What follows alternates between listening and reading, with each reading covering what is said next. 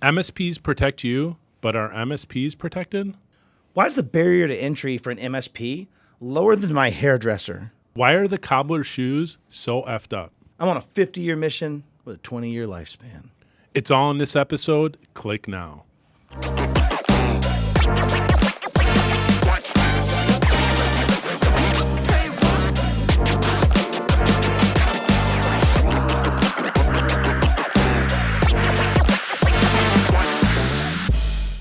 All right, well, fantastic. Well, so happy to have you in the studio today, Thanks for having me. Man, in Chicago. Yeah.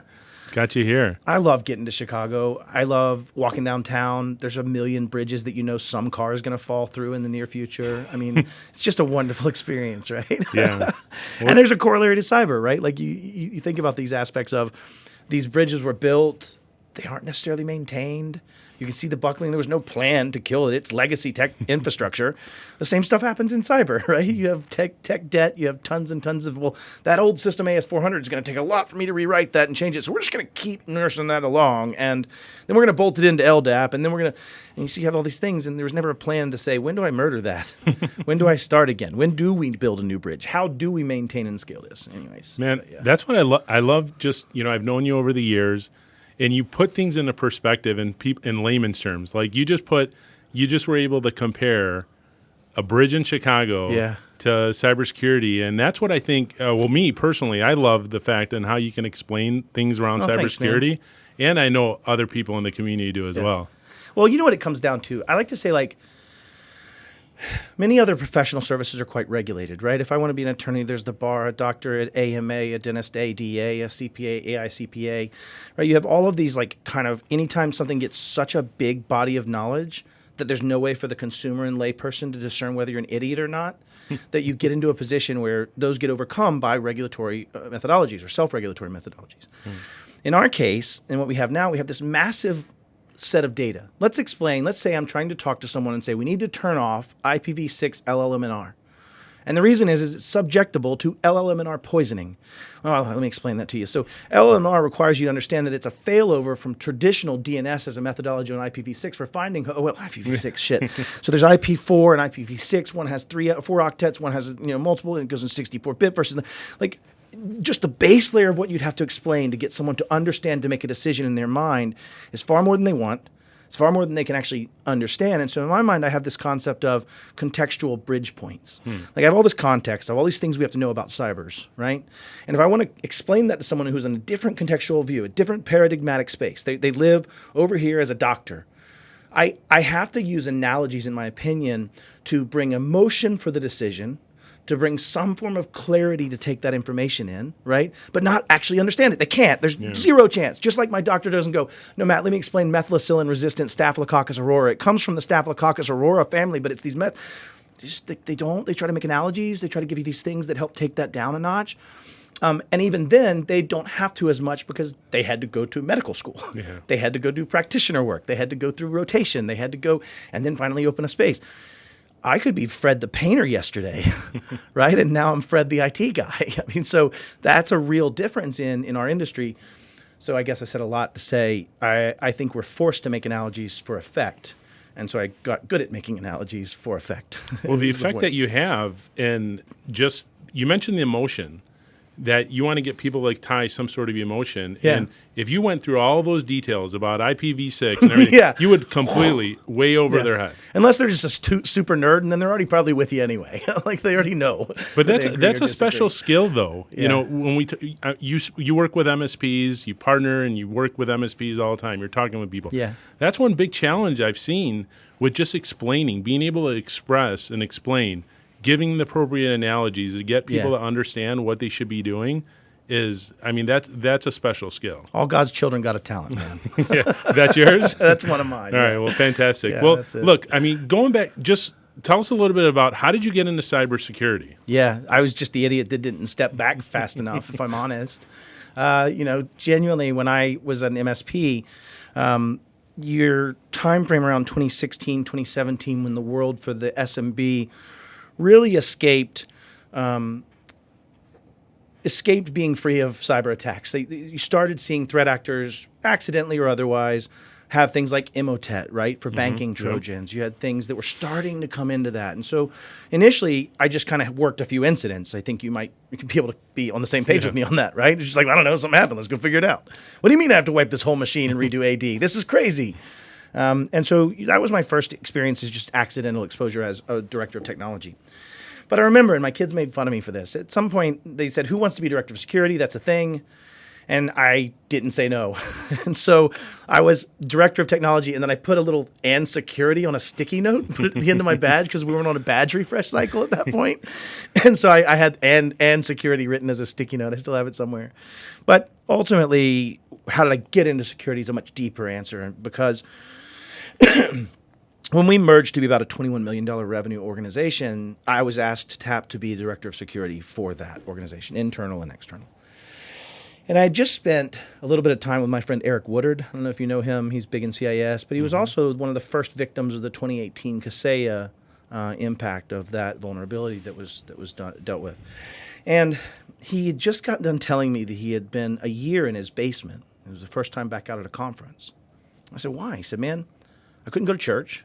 Half my clients, I'd see them, I'd cry, sitting there dealing with the trauma, and I'm going to try not to break down, but deal with the trauma. And he said, I just can't. And so I go back, I'm moved from the things he told me, and I'm the new director of all these 170 humans that report to me, or at least from a security perspective as a dotted line. And anyways, I said, I sent an email out called My Single Greatest Fear. And my single greatest fear was that we'd be the next MSP, that our clients would die at the hands of us being compromised, right? Because we hold a lot of keys, John, absolutely. a lot of keys, Everything. and the controls to stop the bad guys, so we can turn them off, right? And so the challenge was mine, and I sent this out to my technicians, and I had some big things in there. I was like, I'm not going to let you be a local admin anymore. What? Right? I'm going to take away your ability to write and run scripts on your clients' environments. We're going to have a central services team that signs them with a code signing cert, and they won't run without that. And you're going to have to, I was making some shots, man. Yeah, were you the most popular guy? I was not a popular human for a long time. And oh man, let's not get into that one. But yeah, and you try to do it with empathy. You try to do it, but you also, I had a fiduciary responsibility to $1 billion in revenue of 600 companies that we managed, right? Like I have a fiduciary responsibility and do care. And so I'm setting these things out and talking about some of the changes we wanted to make. And this guy comes into my teams, and it's the new tenant that we're moving everything into. And he says, hey, that's my single greatest fear. He said, we were compromised back in February, and you guys bought us in May. I'm like, how do I not know this company exists? We bought a $1 million MSP that I call Voldemort, because I will never say their name again. And that company basically was brought into our data center, brought their existing Kaseya server and their clients. They hadn't migrated to our tools. There was no impetus to move forward. Like everything else we ever did as the organization, we integrated and destroyed and did things in a very scalable way, in my opinion. But at that time, we didn't do that. And so I said, okay, well, tell me more about this compromise. And he explains that they had Soda no Kibi had compromised them, or our evil had compromised them in February of 2019. And this was, September of 2019. I haven't known about them for 4 months. They've existed.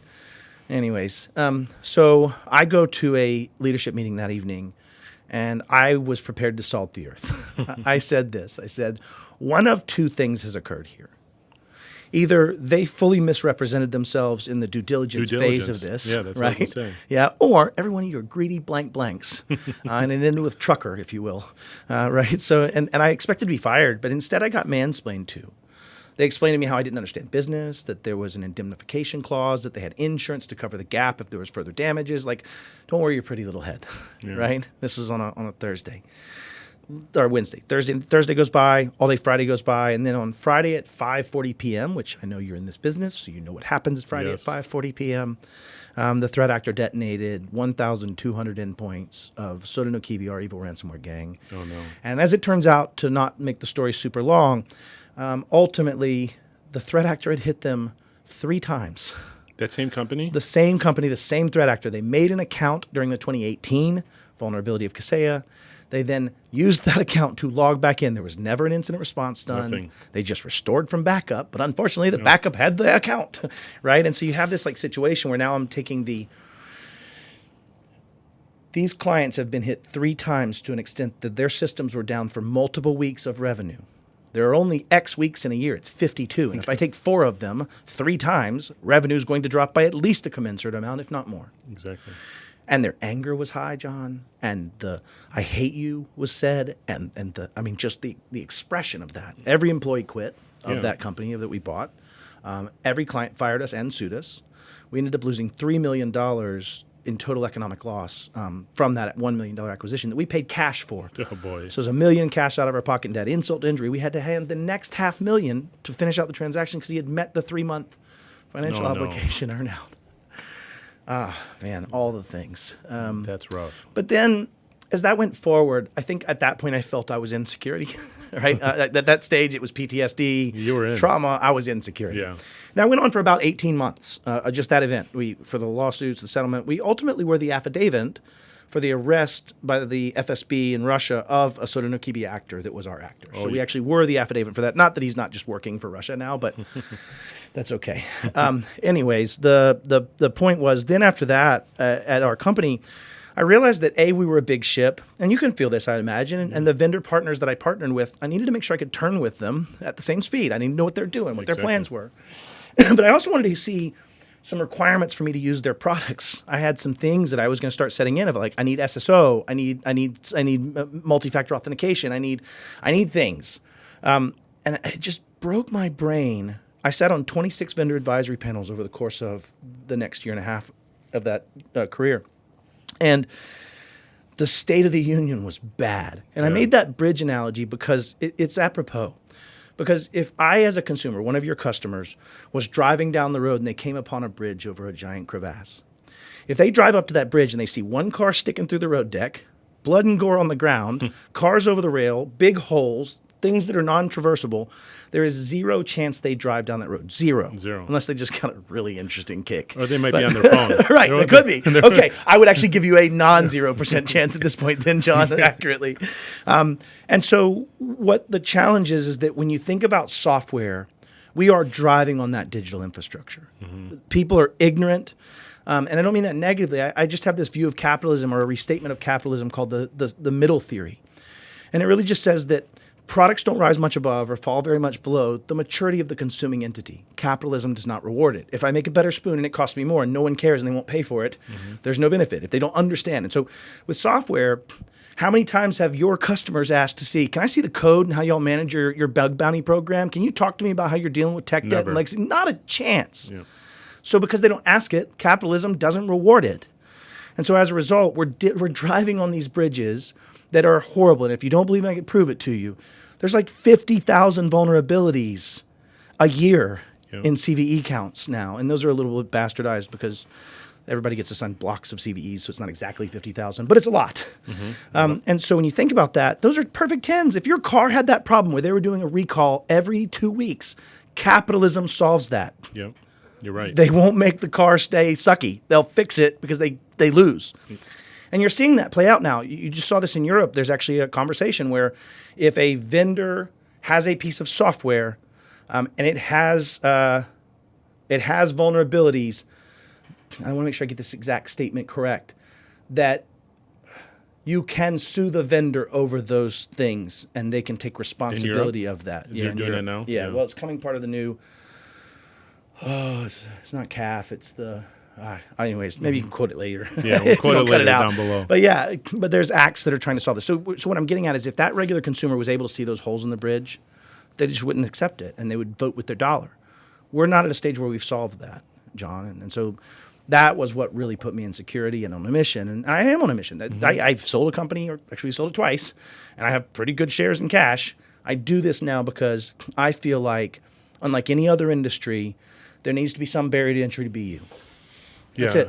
Look, I mean, you've obviously ton of experiences. You've dealt with it. You've dealt the write-a-boom, which is very stressful. You mentioned, that's one of the things that a lot of people, they talk about and they don't really understand what the real impact is. The emotions of it. I don't think people get that human element of failure and loss and I suck and I must have not done enough. And as a CEO even, it's like, I mean, I wasn't CEO, so I don't want any stolen glory there. But as the CEO, you have to take on this like, all the pain of your humans, all of the loss and inability to pay them and fear of so anyways, everything literally comes to a screeching halt when something like that happens. And, you know, a lot of things that you've been doing and things that really intrigues me about the things that you're doing in the community is the education piece, the risk management side of things.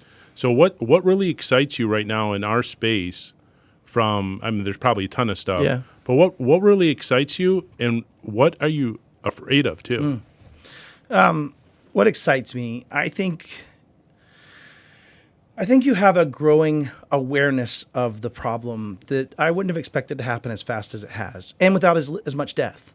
One of the challenges I think that is well known, engineering and engineers, civil engineers, but also other engineers say that every regulation is written in blood, right? A house roof had to fall in before they put studs 16 inches on center where snow happens. Those things had to happen.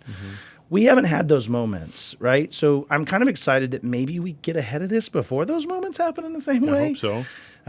But at the same point, what scares me is you now have an ever-growing class of attack surface that is inherently broken. And by that I mean AI and AI agents. And I hate saying this, but I did a talk called Giving Swords to Our Future AI Overlords back at Wild West Hack and Fest last year, where myself and Eric Stevens postulated that really we've never seen an experience like this where we are releasing something. I mean, MCP server, which was getting a little nerdy, so I apologize for the audience, but MCP server is a way to connect your AI to external things and make it do stuff like move that arm or open my garage door or whatever it might be, buy stocks, right? And so MCP server was only born out of just an article by Anthropic on November 2024. They just put out an article. Everything else goes through RFCs, requests for comments, conversations about security. In fact, security wasn't even added into the MCP protocol until the third release, a year, almost 6 months later. Wow. They didn't even think about authorization and auth-in. So the biggest fear right now is what I like to call emergent reflexive behavior or reflective behavior, however you want to take it. Imagine I'm Matt Lee and I'm human A, and I have agent A1. You're a human B with B1, and there's human Z with Z1. Those agents, I as A, ask my A1 to talk to agent B1, right? Think like Moltbook as an example, right? OpenClaw. What happens is the human could have had some desire that it asked it to accomplish. We don't necessarily have the ability to parse that out in this beginning point, but let's assume human A has a bad intent and wants to attack human Z. If I allow humans A1 bot to interact with B1 and C1 and Z1 to create things, they talk back and forth, not necessarily with a human in between. Exactly. Which means this can have a hallucination or an outcome that then is passed to Bravo 1 and back to Alpha 1 before human A or human B is even aware or part of it. And now you start getting into these emergent behaviors. What is an emergent behavior? Emergent behavior is something that you put A and B together and didn't expect Z, right? And so those are emergent behaviors. For example, Moltbook, right, which was a Pornhub, Molt Hub, which was a Pornhub copy for agents to put agent pictures in, which was hilarious because it was just dots and vectors. I guess that's what porn is. That was taken down, right? I think it's down now. Because of the name, like the same thing you've seen with that. The lawsuits quickly from Claude over that, but but the point is, I think that emergent reflexive behavior, combined with a new class of challenges, meaning most time when you do AppSec, you have a set of permissions. They don't really grow they, unless you're planning on them to grow. But in this case, every day that goes by, I'm giving some new skills, some new data points, some new information, some new human information, relationships, things of that nature. I am afraid that we as normal humans tend to go about 100 or 150 years before we fix things in technology. We absorb them and use them, and then we start to fix them. If you think about the car, and I have a talk where I do this, you talk about the car was invented in 1897. We didn't have a seatbelt or a safety apparatus in till 1950? It wasn't until Ralph Nader writes Unsafe at Any Speed in 1965 that we had 1966's National Motor Vehicle Safety Act that started NHTSA and making blinkers be on both sides of the car and brake lights be the same and headlights be the same. And right for a period of time, you had the same square headlight. That's all you could use. And the same round headlight. That's all you could use. You had to mold it that way. But all of those things, there's a chart called death per billion miles traveled. And it's a normalizing factor, right? Because you have less cars, less miles traveled, but still deaths. So deaths per billion miles traveled makes that normalized. After NHTSA, after the formation of regulations, inspections, safety recalls, like all this stuff that happened throughout the 80s and 90s, it started doing this from like it's the worst it ever was in the beginning. And that was because you had Model Ts that were essentially made of wood hitting each other at 30 miles an hour combined for 60 with no safety, like, right? Yeah, exactly. And then the 50s, and Ralph Nader's book is talking about the stupid things that auto dealers did or manufacturers did to just make their company happy that people are buying. I don't know, does that sound like software much to you? A little bit. Well, they just add a feature, they don't talk about it until you find out that little cool thing that looked like a jet on the dash is a spike, and if you hit the spike with your chest, it makes chest holes, and that's a problem, right? So you didn't have that happen until then. But even then, the death per billion miles traveled never went to zero. Why did it never go to zero, John? Could we not stop deaths in cars? Oh, yeah. We could go 10 miles an hour. Yeah. We'd never die. Wrap us up in foam, bro. That could be part of the regulation. But we don't do that as humans. We actually get to the minimum acceptable death, right? We get to where it's okay that if I go to grandma's, I got a 1% chance I die, but not much more than that, right? And so you get into this path where my postulation is that we never get to safety and security. We get to happy risk tolerance. Yeah. And I think that's corollary, right? Absolutely. Yeah. But we're only at like 80 years since computers existed. And so we're just getting to this point of going, well, the kids will deal with that stuff in their lifetime. Well, here we are, friends. Well, with things going so quickly now, I mean, where's that? I mean, things are just happening so fast around us. Yeah. Like, where's that happy medium right now? I mean, you know, you mentioned all these agents. You mentioned things are being used for good purposes and bad purposes. With any technology, we know always. that it's being weaponized. But where's that happy medium where businesses are incorporating? We know this. We're incorporating AI into business operations, and because things are happening in velocity, the velocity of how things are happening, where does a business really look at that and say, you know what? Yeah, is it based on risk? What is it based on? Yeah, there's models emerging for this. I mean, to your point, you're speaking of the challenge of risk tolerance and finding out how many deaths can we handle this year on the highway. Like, we're there. Yeah. So it is risk. It's now new conversations and models. For example, Meta, Facebook came up with the rule of two. And the rule of two says, if I am implementing an AI agent, then these are my 3 risk categories. If you have more than 2 of them, you are going to not be successful at protecting that, right? And I'm nuancedly kind of summarizing. But those 3 things are this. Do you allow it to take untrusted inputs? Well, if it's a human and a chatbot, and it's an email or an inspection of an email or inspection of a ticket in your PSA, it is definitely allowing people to have untrusted content. Now, I could filter it. I could do things to try to take that out. But if I have unfiltered or untrusted content interactions. Yeah. The second piece is... Are you talking about in the context piece where there's an input? Yeah, any text input. Let's say any text from any unfiltered text from any human input, or in this case, a reflexive agent potentially. That gets even weirder. Non-human identity. So that's the first one. The second one is if you expose it to sensitive data, right? So sensitive things, PHI, PII, CUI, FCI, or sensitive actions or systems, right, that could matter. The third is if you allow it to change state. If it can make an API call, if it can make a change to data, if it can make a change to some system or function, then that is the third one. So if you think about that, let's examine maybe hooking up your ticket system to enrich a ticket with information so that you're better for your customer. Okay, let's put yourself in that shoes. Well, if the customer can make the ticket, then they can put in bad stuff. They can do prompt injections. They can manipulate. They can do social engineering attacks. They can do things against the agent itself, right? Then the second piece is, well, is ticket data sensitive? Maybe. Right? Depends what you put in it. If it's security protection data or configuration data or things of that nature, or if it's actioning and making someone take actions, then yeah. Well, then we get to state. Well, it's just a ticket system. Until it gets to the human that reads the instructions and does the thing it tells them to do, if it's enriched in a way that is going to make the human do things that are malicious to my organization, then that's a state change, even though it's some proxy state change, right? Some extensibility of a human. But that does come to human in the loop and all these other terms that are coming out to try to solve some of these problems, John. So it's always this game of like we build it first and then we clean it up later. And I made a joke, and it may not land with most people, but the S in TCP stands for security. But reality, TCP was invented. It had no real securable capabilities. I could just say I'm this IP address, and then Bob's your uncle, I'm that IP address. Exactly. And so we do this a lot. We build safety systems in later. But in the same breath, normalization over systems happen. What I mean by that is there's no chance you're shopping for an airbag for your car. Right. But there was a time when you had to buy a seatbelt separate. There was a time when you were getting those safety features separate. Endemically, I think we always get to a certain level of it gets built into the safety factor we're okay with. And that brings me back to what your question was. As a business, it is unconscionable not to be using AI today, in my opinion. I think it would be stupid. And what I mean by that is, in the Industrial Revolution, it would have been stupid not to industrialize, right? True. I mean, it would be stupid. But I like to say there's a lot of one-armed motherfuckers in the Industrial Revolution, Yeah. right? There's a lot of guys named Stumpy, right? Because they didn't have lockout, tagout. They didn't have understandings of machines. They didn't know how to make them safe. They didn't know how to add safety systems on top of that. So when we think about that, is there any chance you'd vote to not go through the Industrial Revolution? No. Yeah, I like my air conditioning in my car and all those deadly spikes on my car dash. But that's the interesting part about humans. We're universally ingenuitous. We always want more, right? We're ingenious. We can come up with things. And we always want more for that next generation than we had. It's just like a built-in trait. I want my son to have more than I had.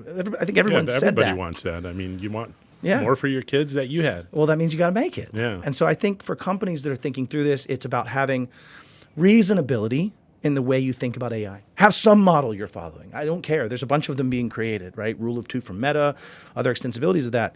But it's about showing that you've done the reasonableness, that you've checked it and you've thought about it and you've put intention in it. And if you can't do it, you have a knowledge barrier, a capability barrier, a human barrier, then you should hire someone to do it. And I know that's seemingly a plug for you, but it is. Yeah. I did a talk called MSPs Suck. Sorry, y'all.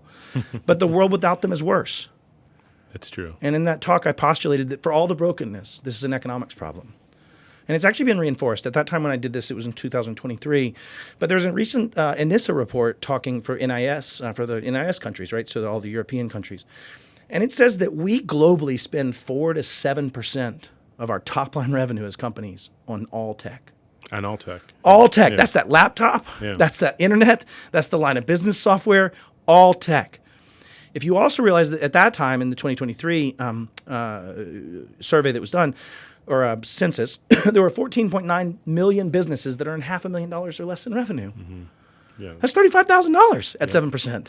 For all tech. That's half a kid named Chuck out of high school, minus burden. Like it's impossible. And so I think there is this aspect that what we do as MSPs is probably one of the hardest things that can be done, although it is getting easier, in my opinion, in a lot of cases. Or at least more scalably repeatable because of APIs and everybody getting on common platforms, common licenses, methodologies can exist for the same types of protections. So MSPs solve the scale problem by bringing that in. And back to your question of what gets me excited is MSPs have gone through a curve over the last 4 years that serve the SMB.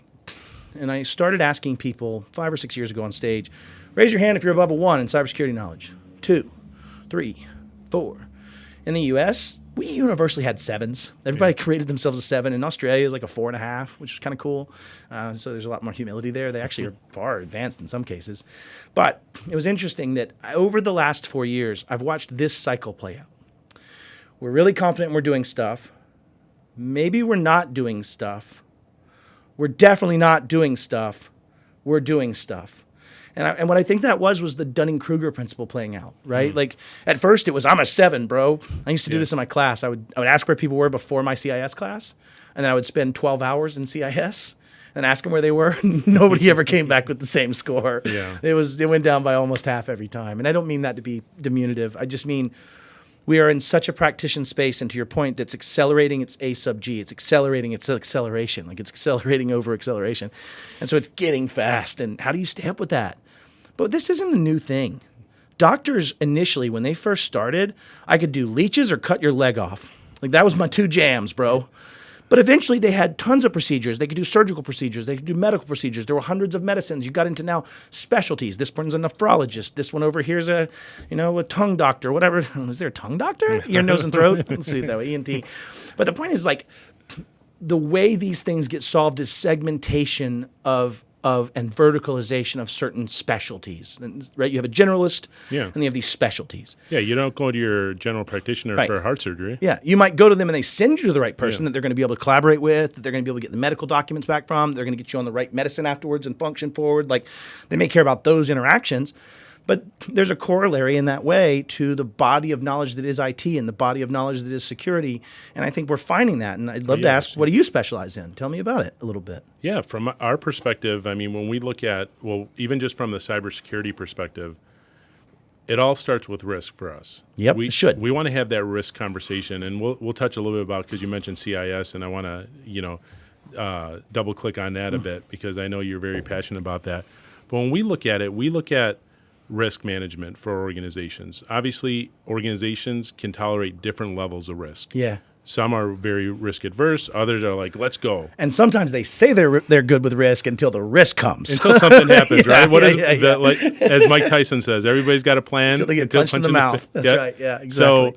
So we see that a lot, though. And when we look at the services that we deliver to our clients and having the conversation about risk, it makes those conversations much more meaningful for our clients. Yeah. Because when we can have that conversation and we're aligning them with any type of framework, like we talk CIS, or looking at what what their baseline should be, and then help build plans around where they can actually How go. granular is it? What are our key wins? Where are your crown jewels? Yeah. What makes cash to quote to cash? Like the things. These are all things that, we've obviously transitioned far beyond a guy under a desk plugging in cables. Right, yeah. Like Fred the IT. painter. I meant Fred the IT guy. Sorry. Yeah, exactly. Well, it's a specialization that's required. I mean, you mentioned just like on the medical side, the specialization that's required to go deep into these things.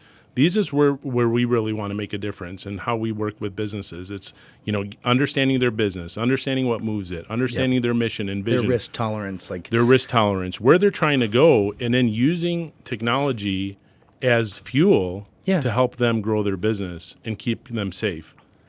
I had a CEO tell me once, and it was really an eye-opener for me about risk. She said, Matt, I get all the stuff you're talking about. Like, at least I kind of get it, right? She said, but you have a fundamental problem with me. And I was like, oh, let's have this conversation, right? She said, Matt, as a CEO, my job is to take a risk and for that receive a capitalistic reward.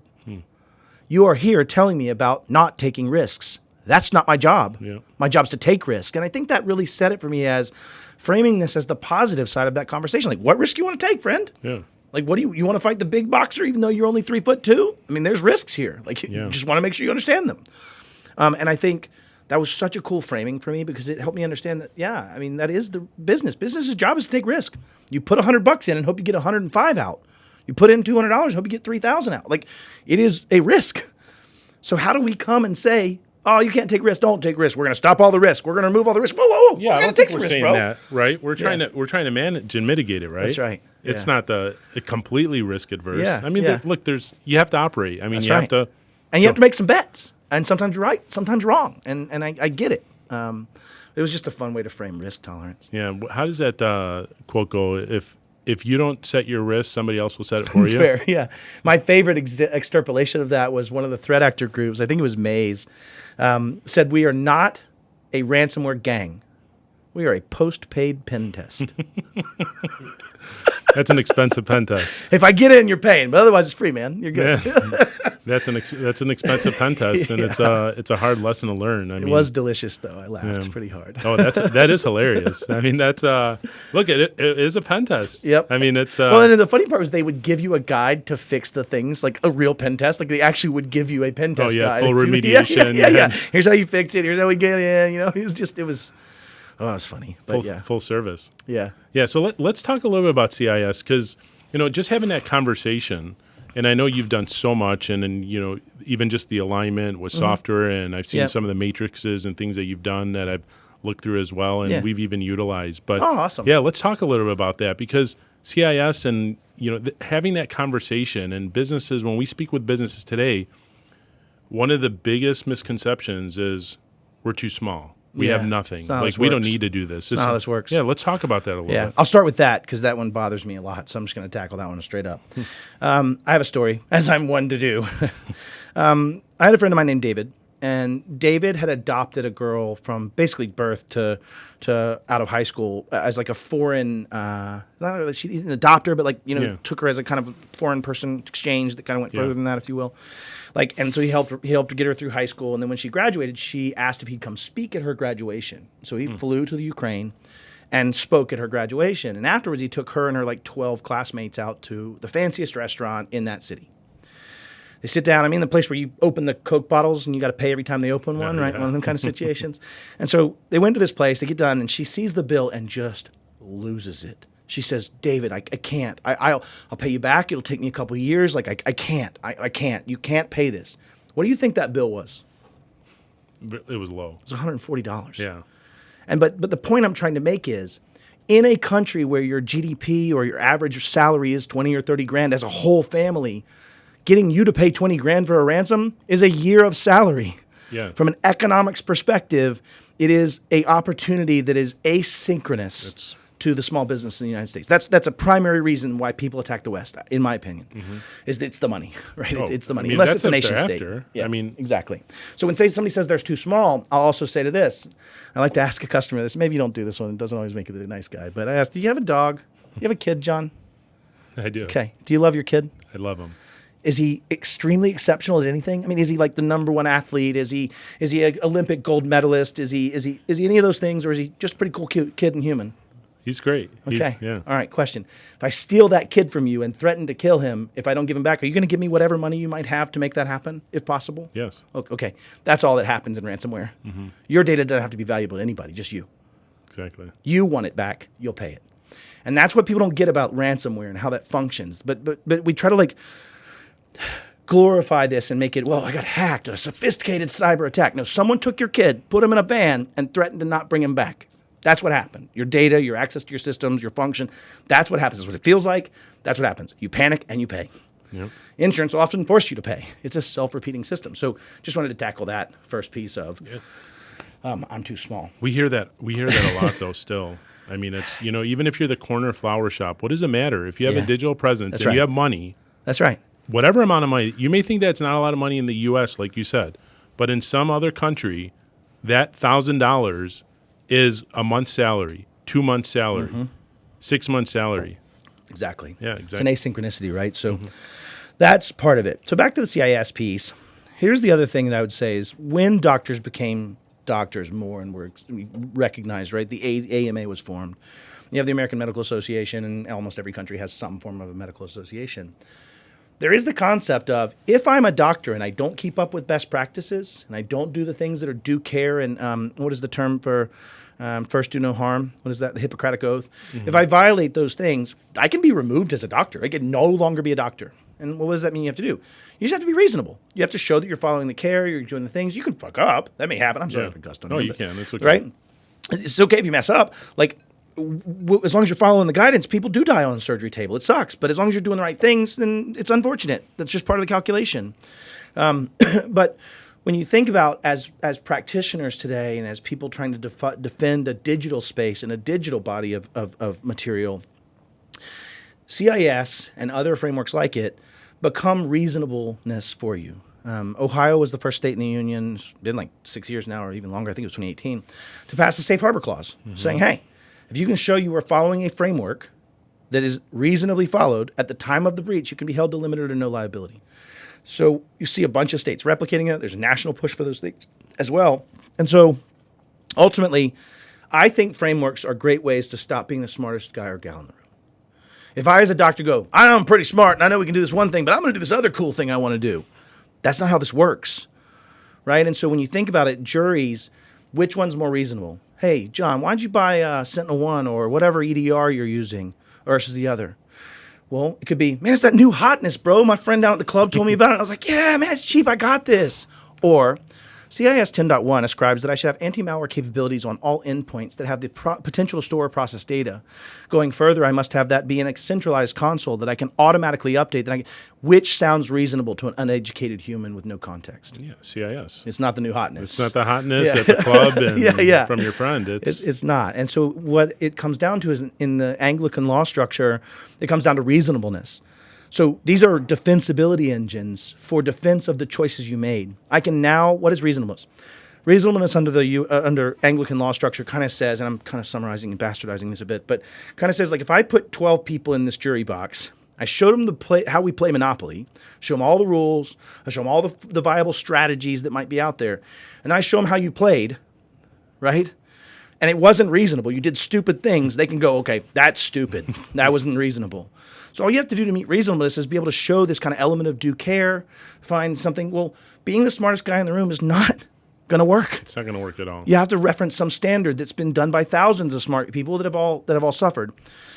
CIS specifically came out of an early red teaming of the United States government by the NSA that then became, and I might be a little bit off, I think it was the NSA, that then went to SANS, it became the SANS Top 20, and then is now hosted by Center for Internet Security as the Top 18.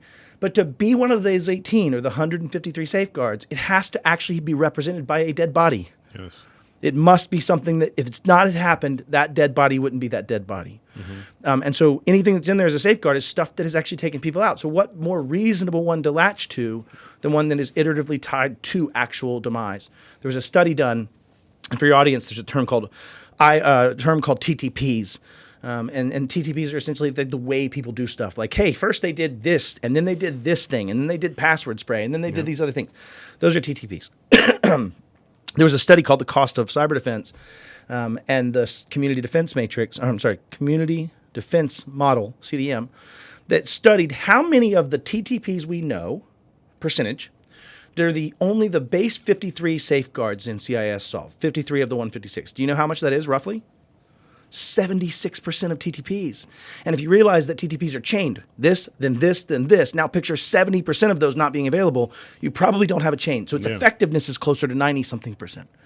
But that's only the first third of the controls. Yeah. So when you start thinking about it, CIS also gives you an IG1, implementation group 1, 2, and 3 that is escalatory in its capacitance and also in that kind of matching up your risk profile. So added to that, CIS is extremely a practitioner's framework. It's not super tactical and operational. I go turn this key, do this. Yeah.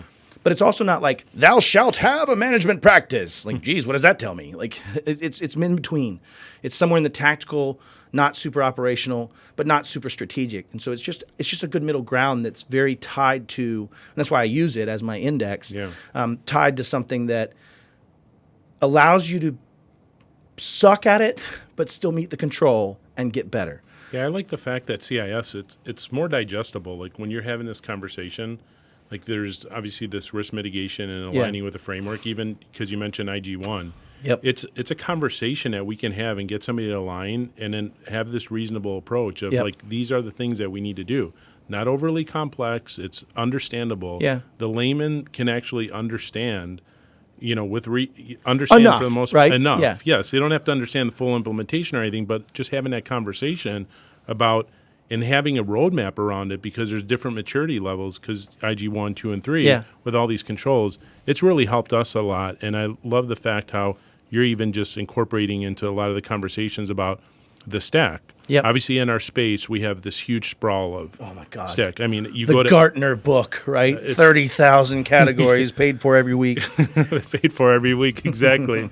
So it's just like you look at all the sprawl of all this technology and getting aligned and helping an MSP or a small business understand where they need to go. Yeah. It's really giving them that light that they need. A couple things you touched on that I wanted to hit on. One of them being that you talked about we have this list of things we need to do. Going back to reasonableness. Now let me say, hey, how are you doing with your CIS implementation, John? Well, we got some stuff done. We're doing pretty good. I think we're getting her knocked out. Doing all right, bruv. Versus, well, our POAM, or our plan of action and milestones, says that we have 13 new projects to still complete. We've done 2 of them. We've budgeted for 4 of them, and there's just 8 of them we can't get to right now. Which paints a more reasonable picture? The poem. Because they couldn't do it any different. Like, that's what you'd ask that jury. Can you do this different with the resources you have? Can you take that 6 or 7% of your revenue and also do all these things at once? No. So you have to have a plan to get them through it. And that's, again, where I think MSPs come in of you bring a lot of the plan to get them through it. You bring a lot of the next steps and clear actionable aspects and what's on their side. You brought up RACI as a conversation or a shared responsibility matrix. The cool part about that is that is really speaking towards the nuance of what has to happen. For example, if I say I'm going to patch all your machines, if you don't leave them on, I can't patch them. Yeah. If you don't pay for the updates, I can't patch them. So you have to have these conversations about what's mine, what's yours. I like to think that not only does it give you reasonableness, it gives you a clear path to follow for that reasonableness and for documenting and proving it. It's defensibility, not defendability. Defensibility. Can I defend my actions, right? My choices. Yeah. So it's these types of conversations, though, they're key to have with your clients. And I often find that the conversations aren't being had. Yeah. Where an MSP signs a new account, they don't outline exactly what their service guide is, what their catalog is, what they're going to deliver. Yep. And the business believes that they have an IT company that's handling everything. That's their job. They got it. Yeah, they got it. Yeah. They think everything under the sun is covered. Yep. And they're not having the right types of conversations, and I think that's a big miss, and actually exposes the MSP and the client to tremendous amount of risk. I don't know if you know this part, but one of my charitable organizations that I run, along with the framework maps, which is the piece you're talking about with CIS, is another one called MSP 911. And MSP 911 is an organization that we take when you or an MSP has a major incident of their systems that causes client damage, obviously from my background, right? So we're coaches. We're there to help guide them through the IR process and be a resource. How many cases do you think we're at in 3 years of MSPs? Like, just off your gut, how many cases do you think we've taken of MSPs compromised by a threat actor, thus compromising their clients? 50? We're at 51. I took 51 last weekend. Wow. And it was the first MSP to have an incident response plan. What was the whole impact, though? 50 MSPs. 50 separate MSPs. One MSP in particular, case 50, which was the worst I've seen till yet. I actually thought somebody was going to jump out of the bushes like Ashton Kutcher was going to be like, punked. It was so over the top, I didn't think it was real. I thought this guy was messing with me. But I mean, like heart attacks, had a stroke during the middle of it. Oh. No MSAs signed with any of his clients. They're all in a regulated industry. Wow. BAA's not signed. No SRM. Oh my God, a nightmare. No definition of what they're doing. Zero insurance. No E&O. I mean, unmitigated, absolute worst case scenario. No backups failing. No system level backups, only file level backups that did exist. Like, Oh my. of database systems that aren't being quiesced. I mean, just bah. So, How I do mean, you that, recover from that? you just don't. don't. I mean, that's, And we've had 2 MSPs out of those, case 17 and case 50, that didn't. Case 50 is still doing okay. I'm actually being unfair because it's almost like a doctor with someone with cancer, and you just know they don't make it. Like, likely they don't make it. They might surprise you. You're going to treat it. But those, my point is like, that lack of barrier to entry creates such a myriad of the response capacitance. But how is the consumer to know? When I go to Home Depot and buy a fucking hammer, it has a saying that says, don't hit yourself in the head with it. It may cause fucking head damage. Yeah. Like, we're not there with cyber. We're not there with technology. We don't have consumer safety warnings. We don't have those ways to help someone understand it. And so that's why I latch so hard onto those indexes and safeguard frameworks, because they give you something to base it off of. But even then, and this is what I wanted to touch on from earlier, was, would you believe that software vendors don't know what they make? Just like that car.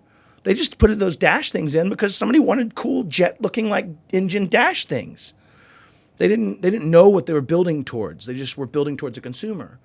Well, that's how software is kind of developed. Some guy named John goes, hey, it'd be really cool if this had this feature. They're like, I guess we'll build the feature if enough people are asking for it. Shit, this makes sense. Yeah, shiny. Yeah. And so nobody's ever indexed software and tools and services to the safeguards they provide. I mean, I've been working on it 3 years. I've largely failed, but it's been fun. I mean, we're getting there, but vendors don't know what they make. Even asking them to fill out a form of how they serve safeguards, they're not aligned to that. It's not their North Star. They just can't- made they- stuff. They can't answer it. They can't. Yeah. They can't complete the assessment. No, they just okay. You have spectrums. You have at the very best an entire marketing lie on one side of the answer, like, oh yeah, we do incident response. Yeah, we do incident response. Hell yeah, 17.2. Yeah, man, I'm in it. Or complete sending it as an audit and treating it like a compliance audit, and thereby dragging feet, signing legal documents. So you have this like spectrum between, and it's just nobody understands. All I'm asking you is, why does a surgical theater get set up the way it does? Why do I need a scalpel, fat spreaders? I need sponges. I need these lights. I need the autoclave. I need an anesthesiologist. Weird side tangent. I had to get it put under not too long ago. And my anesthesiologist had these giant bushy eyebrows, big glasses. He looks over and he goes, I just gave you a pretty big dose of propofol. I'm going to let that marinate. And then I passed out. Weird experience. I'm going to let that marinate. Anyways, but the reason I say that is like, what I'm trying to do is say, what makes a scalpel a scalpel? Not is it a good scalpel, just it needs a blade and a handle, and it needs to be able to be autoclaved, it needs to be sharp. That could be the cheapest manufacturer, and it still is a scalpel. So I'm working with our charity to try to take and say, what's a scalpel, what's a fat spreader, what's a light, what's an autoclave? And that's what we're taking the safeguards and turning them into those tools from an obverse function. That's great. I mean, having that matrix and building that out. When you look at if you look at a consumer, so on the consumer side, not the consumer of the tools and platforms. Yeah. But you meaning a consumer at home on their phone? No, okay. a consumer of MSP services. So you have a business. How, with what's happening today, where the barrier of entry just in the MSP space is walking into a trade show with a credit card. I had a post with a sticky note on a wall that said MSP, had 200,000 views. It just resonated with people, right? Anyway, sorry, I didn't mean to cut you off. If you look at that, and the barrier of entry in the MSP is so low. Yeah. how does a consumer differentiate and try to differentiate and identify who the right MSP is for them? That's tough. And that's part of my life mission, man. Again, it goes back to that. Why did we make the American Drug or the Food and Drug Act? It was because people were selling pills and telling people they cured cancer, did this thing, did that thing with no labels. You didn't know it was just sawdust and quinine in there, right? Like you just didn't have that. We eventually started putting labels on these things and forcing that to have a kind of consumer safety warning and consumer safety language. Cigarettes had to say cigarette bad, and you had these things that came into that, right? We're not there. And the reason those methods exist is because the consumer, even under caveat emptor in the United States, the consumer isn't usually expected to understand something so nuanced, and that it has to be reasonable that they could understand it. Mm-hmm. So I take that back to what can they do? I don't know. I'll say until we get some form of regulation and requirements, whether that be insurance, certain levels of training, certain levels of due care, I envision something like a FINRA model with the SEC, where you have the FINRA issues a license, but my job is to tell on a broker-dealer if they do something bad, and their job is to tell on a broker if he does something bad. But I could also be an RIA, in which I'm a registered investment advisor. Now I do both, and I have to have a compliance if it will show that stuff. In my mind, I'd love to see where that gets solved. But until that gets solved, I think the best a consumer can do is try to dig into the MSP and the company, ask questions about their size and scale, ask them if they're using a framework in some form or fashion, ask them if they're dealing with risk management. And if they don't talk to you about some kind of shared responsibility matrix, in my opinion, especially as a mid-market space, you're set up for failure. What's interesting is I did a talk. I've done a lot of talks, man, at this point. I did 170 presentations last year or something. But you're on the road a lot. I was, and I'm doing less this year. But I did a talk in front of Fortune 100 and Fortune 500 CISOs. There's 120 of them in a little private event. And I'm trying to use them to help kill the MSPs that aren't where they should be, genuinely. Because of the questions and things that they're asking them? Yeah, here you go. Mm-hmm. You're with me. My talk was basically, it was called Nobody Gives a Blank About Fazio. It was Nobody Gives a Fuck About Fazio. That was the name of my talk. And so I walk up in front of these CISOs and I put up a Target logo.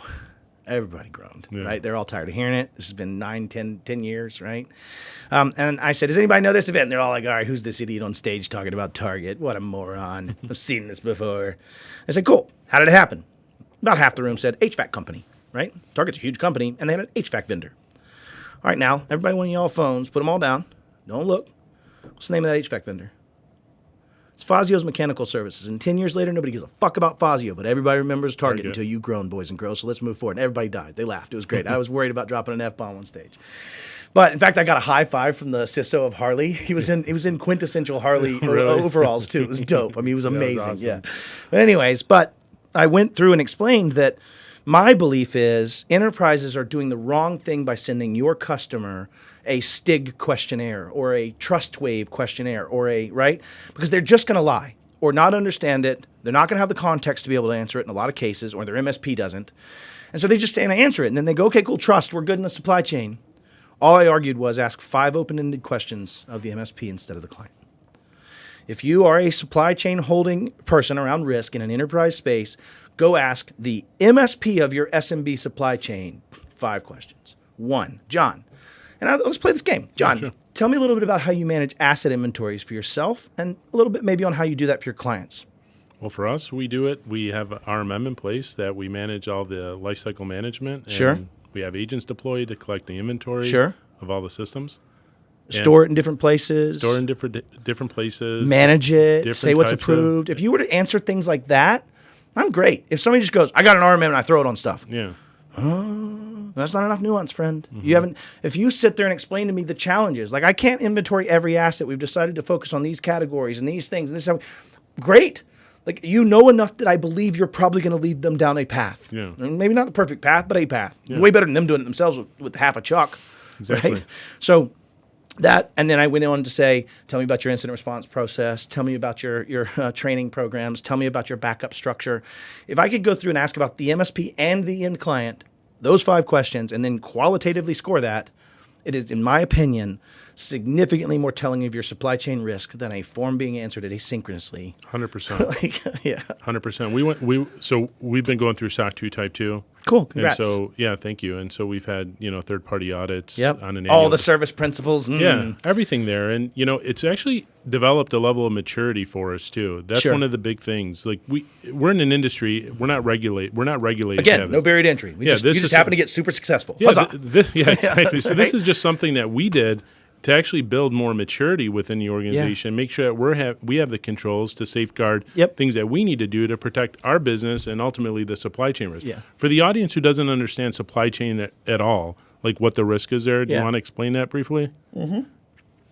Yeah. The United States spent about 25 years developing the F-35 program. It took China 4 years to steal that from us and build their own. And that is because when those parts were sent out to your customer who has a machine shop and a 5-axis Makino, some jackass stole that part number with all the requisite data to tell me what that part was at the time, and then put it together with the other jackass's part. That's a form of supply chain risk, right? The distribution of your intellectual property that can be dissolated from that, or is that true? I don't care. I'll make it up. It's a word. Can be pulled from that space. The other types of supply chain risk can be things that are even more insidious, and I'll give you an example. Imagine you deploy one of those OpenClaw agents that can go and do stuff and has this skill, and that skill is maintained by jackass number 7, and he's a bad guy, and then he changes it to make it bad. You've already installed it. You're going to update, and it's going to fall apart, and it's going to do the bad thing. That's another form of supply chain risk. So supply chain risk is just really trying to assess third-party risk that's outside of your control, if that makes sense. That's my summary definition of that. Yeah, but it's a real threat to organizations. More and more. I mean, we see it all the time because you have a trusted partner as well. Yep. That you're like, oh yeah, that's from so and so, Acme Corporation. We trust them, and then you get that email, and you're like, oh, it's from so and so over there, but they got compromised. Yeah. And now you're looking at you're receiving those emails, you're receiving the information from them, and which is creating this huge supply chain risk. Yeah, and supply chain risk is insidious because people lie because they want the business. I'm not kidding. I had a giant, it was 250,000 square foot manufacturing facility in an unnamed city. And I was in this executive meeting with them talking about the DFARS interim ruling, which was in, I think, 2016 or so, that said, hey, if you're a defense contractor, by the way, this came from the stolen F-35. Yeah. So just so you know, 80171 CMC, those are both supply chain methodologies dealing with that problem for the defense industrial base, right? So they sit in this room, and their chief technology officer looks at me, and we had proposed a plan for about $30,000 worth of work and a few thousand a month extra for doing the things that were necessary to meet their CMMC obligations, or 80171 obligations at the time. But at that time, it was self-attested. Yeah. You just turned in a score and said, here's my score, bruv. There was nobody validating that, right? And so guess what people did? They lied. Why? Because they are capitalistically influenced to do so. Because as soon as one person lies, they don't have the cost. They win the contracts. This one doesn't, and this one makes profit. So you have this challenge where it wasn't an even playing field. And I sat in this room, and the CTO looked at me. He goes, Matt, I understand I'm going to have to do this at some point. How long do you think feasibly I can lie about this? Genuinely. What's funny, now come full circle, there's been this initiative by the United States government called the Civil Cyber Fraud Initiative. It started in 2021. Civil Cyber Fraud Initiative, 21? Might have been 22. Don't quote me. Could be an idiot. But the Civil Cyber Fraud Initiative was the Department of Justice coming up and saying, we're going to use an 1863 law on cyber. It was lovingly called Lincoln's Law, actually, just to put this in perspective of timeline. And it was a remuneration law to say, if you've ever lied on a contract to the federal government, we have the ability to sue you for every dollar in that contract. Not the profit, the dollars. Now, it doesn't often go that way. But what's neat about this Civil Cyber Fraud Initiative is it's a whistleblower clause. Oh, wow. Meaning if I turn you in and say you're not doing those things even though you say you are, I can be compensated 33% of the settlement. There was $2.5 billion in settlements last year. Wow. in the Civil Cyber Fraud Initiative. Going back to stuff like Verizon saying they sold us an 800 megahertz trunk and it wasn't actually secured to the security level they expected. So, I mean, like, look backs and whistleblowing is big right now in this, big. Right? At least in the defense industrial base or other extensible government contracts. But I'm not sure what got me down this tangent. I think it's that people do the things you expect based on the pressures that are placed. And capitalism has not done the things to disreward in enough pace the lying and not doing it. Wow. So people just don't do it and lie about it. Yeah. It's a and common practice. Unfortunately, it continues. I mean, that's I don't see an end to that. That's going to be. You have to put factors in place, right? Like, could a car manufacturer lie about it? Yeah, Volkswagen completely manipulated all of the EPA emissions guidelines for what, like 2 years by detecting when they were being tested and then dropping the emissions. Y'all remember that? Like, it was wild. And eventually there was recompense, and the laws changed, and they had to pay for it. But it wasn't enough. But eventually they make it enough. Like, that's the nature of this.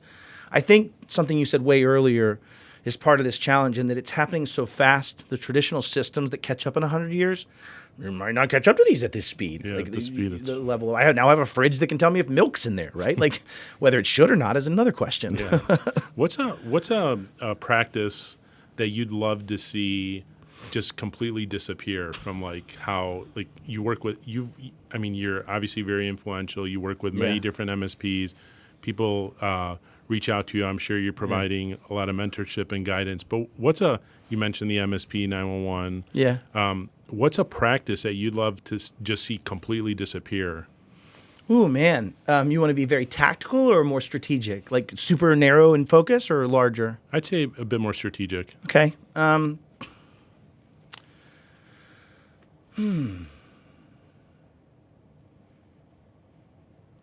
would absolutely say almost every time I have an incident, the cobbler's shoes were fucked up.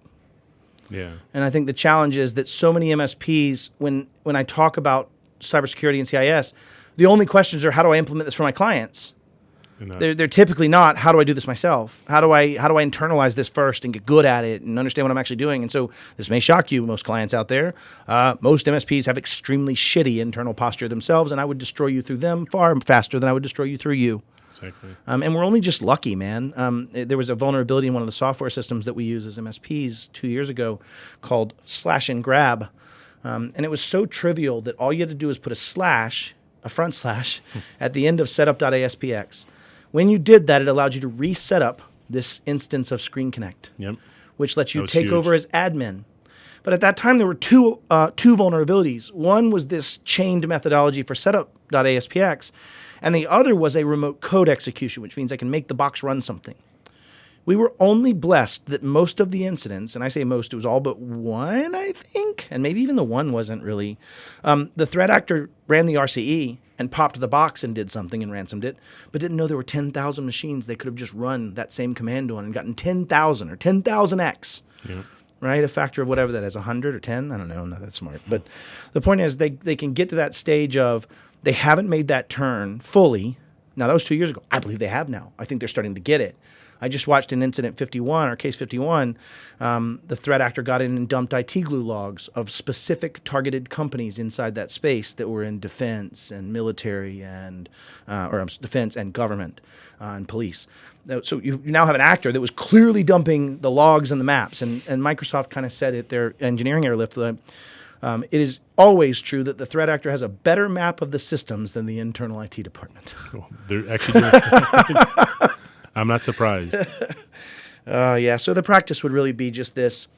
And it's unfortunate because the capitalistic pressure and the barriers to entry pressure create the scenario, right? Because they want to go sell something. So they're like, yeah, we'll sell EDR, or maybe I'll follow CIS. But then they don't think about doing that for themselves because it doesn't return investment. It is not an internal function. They don't think of their due care. And sadly, the stakes aren't high enough right now. I mean, even in my incident, our insurance covered the losses of our clients. Now that's largely not the case. Now, a lot of the times the lawyering up is don't tell them anything. Lawyers are going to say you make them deal with their own incidents, even though it was us that caused it. And now you have to fight that out in court through subrogation and other effects. Like, that's one purpose, right? To make it to where you're not having that insurance loss in a way that's that meaningful. It's protectivism. But yet the end customer gets screwed, right? They have to then sue or deal with that, or maybe their insurance makes them semi-whole, and then they have to deal with the subrogation. Subrogation is this, like, I can become John and sue other people on John's behalf because I lost. And so, I would say it's really just tighten up, boys. I love that. No, I love that, and that's one of the big things that we really looked at when we were, look, you got to take care of your house. Yeah. And if you can't take care of your house, how are you going to take care of someone else's? Yeah, but most of them do. It's quite asynchronous, unfortunately. Yeah, it's unfortunate. I mean, But there's nobody inspecting them. It's not like if you were a car manufacturer and you have to have some form or fashion of a validation, safety testing. So are you thinking quality. regulations coming? Thinking any regulations? I'm on a 50-year mission with a 20-year lifespan. I don't think it comes quick, especially in today's political climate. But I will say my model is an SRO where you start getting momentum and getting people to follow a standard, and then ultimately you say that is the standard, if that makes sense, right? You get enough critical mass of an adoption of some standard, and then you try to use that standard. Doctors went through that. Most recent would be PCI DSS with credit card companies getting together. There is a consortium forming out of Texas A&M right now that is a intended SRO consortium towards those paths. So it's going to come. I don't think we solve it faster than Europe. In fact, I'd say they're probably 10, 20 years ahead of us right now, in my guess. We don't solve it faster in Australia. In fact, we are the losers for the first time that I can tell, almost globally. And it's interesting because we still approach it with the arrogance of Americans. Yeah. Right? It's that 7 hand in the air, not the 4. It was so funny because this guy in Australia raised his hand and said he was a 4. And then this other guy in the back kept his hand up and he was like a 9 or a 10. And then I was like, well, shit, man, this is throwing my whole data off. And he was an American, so it's okay. But it's just interesting that the arrogance we follow is that we take our global domination that we've had for a very long time and then turn that into this assumed global domination while we've got 12 regulations in Europe, and yet it took us forever to even have CCPA and no global real privacy aspects across our space. But GDPR has been there in 2 different instances now, ENISA and other, like there's formations, NIS2. There's so many things happening there that just don't happen here.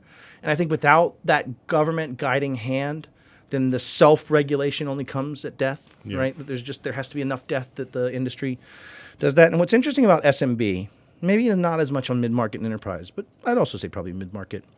John, where'd you grow up, man? I grew up here in Chicago. Okay. Do you remember where you grew up? Like, was it in a suburb? Was it in the city? Where'd you live? It was in the suburbs. Okay. Do you have a drugstore or a little shopping mall complex near you that you remember as a kid? Yeah, I did. I rode my bicycle there. Right, it was dope. Had a K&B drugstore. Had a comic book store, an ice cream store, and I'd go see that every time. How many of those companies are still in business at your shopping mall that you remember? Zero. And the reason I say that is that small business dies and we don't think anything of it. If Coca-Cola dies or Sears, we talk about it. Blockbuster dies, we talk about it. If that baker goes down, Jay's Pastry, and then they're not there anymore, oh well. Another baker will show up because they got racks in there and ovens, right? And so you have this pace where we don't get the full picture of what death is actually occurring in our space, if that makes sense to the SMB. It's ephemeral, I call it. The SMB is ephemeral. It goes away quickly.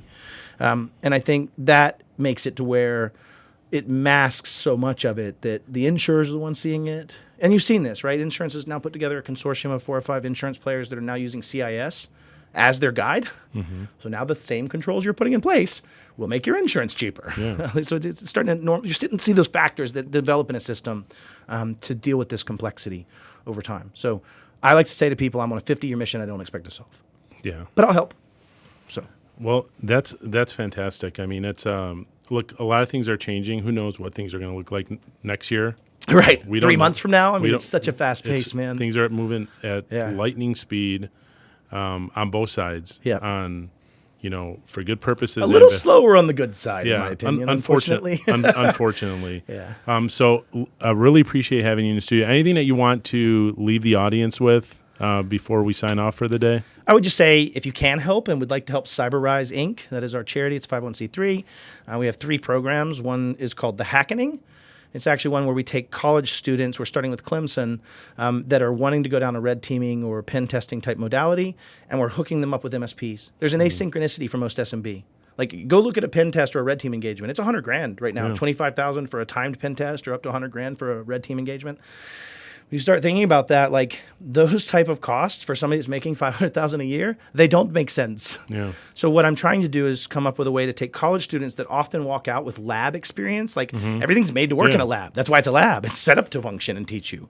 But it's not the same as actually doing it in the real world. And so what I'm trying to do is teach and put together MSPs with college students that are being guided through a regimented pen test program just to give a better option economically.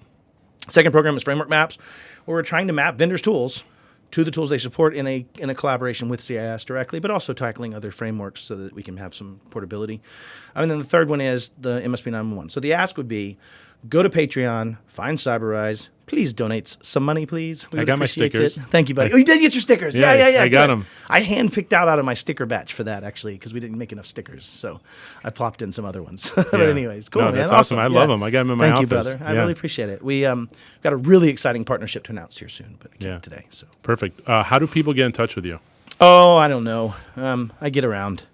I don't really. I don't connect much, man. The problem is I have a big privacy challenge, and so LinkedIn would be the answer. But even if you are going to reach out to me on LinkedIn, CyberMatt Lee, you need to put a comment. I won't accept. I got burned. All right. Well, fantastic, man. Thank you so much for being in the studio. Thank you for tuning in. Be sure to tune in next time for all of our episodes. Make sure you subscribe, and we'll see you soon. Thank you. Thanks for having me. Thank you.